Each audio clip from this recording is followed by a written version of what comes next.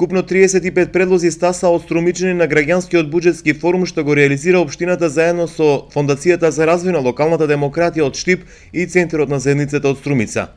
Изградба и адаптација на детски градинки, реконструкција на училишта, изградба на музеј на Струмичкиот карнавал, изградба на улици и тротоари, канализации и водоводи по населените места.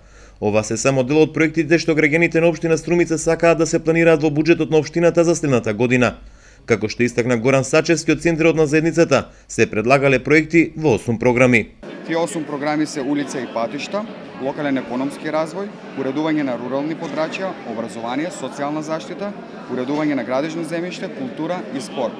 Што значи во тие 8 програми кои заедно со општината решивме дека се најприоритетните и најбитните за функционирањето на општината, сметавме дека за тие програми граѓаните можат да предложат квалитетни проекти, а веќе на следната сесија ќе ги рангираме тие 8 програми.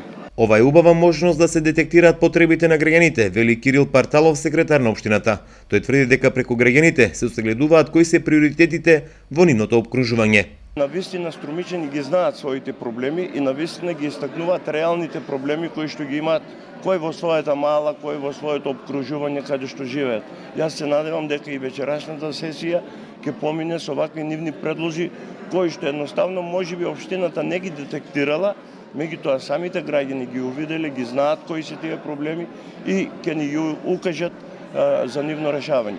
Граѓанскиот буџетски форум го поддржува Фондацијата Отворено општество на Македонија, а следниот месец по изборите треба да се утврдат кои проекти се приоритетни за Струмичани преку гласање за реализација следната година.